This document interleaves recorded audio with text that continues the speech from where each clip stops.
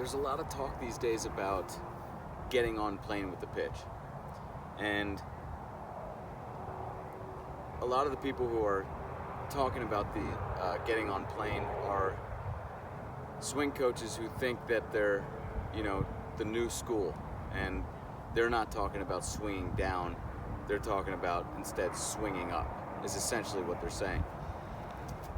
And this is, first of all, not a new concept, and it's also not a concept that is going to help your hitting at all.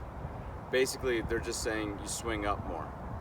Obviously, the second home runs became important and fences started popping up, clearly, guys had the idea of swinging up more, and it didn't work.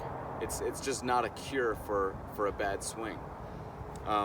What they're saying is that because you're getting the bat on the same plane as the pitch, or on a plane that matches the line of the pitch, that you're more likely to make contact. While this may be true, you're talking about, you're worrying about the very, very little things when it's a much bigger, different problem than that. What really matters when you're talking about increasing your consistency in swing mechanics is something I call the moving fulcrum system. So that is when, as the barrel is traveling through the zone, your hands, which are the fulcrum point, also move forward through the zone, so that you can see if my fulcrum point moves forward as my barrel is closing, then I get a much longer distance that the bat is square. If the fulcrum point doesn't move, which is what happens in most guys' swings, then the bat closes and there's a very short distance that the bat is square through the zone. This is the key advantage of all the great hitters. This is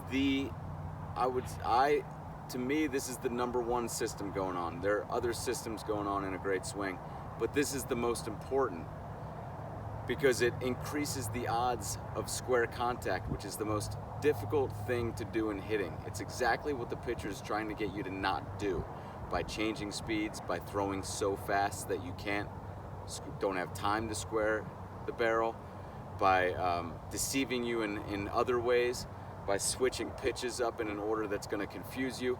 All of that is an attempt by the pitcher to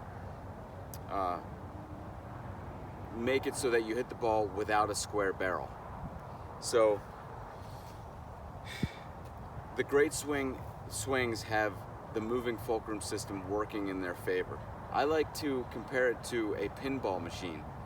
For those of you who can remember pinball machines, you'll see them every now and again in pizza shops or arcades.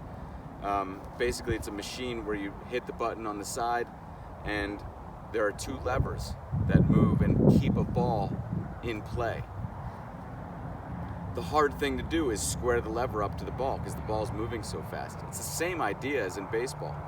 So if every time I hit that button and the lever moves forward, what if the fulcrum point also moved forward?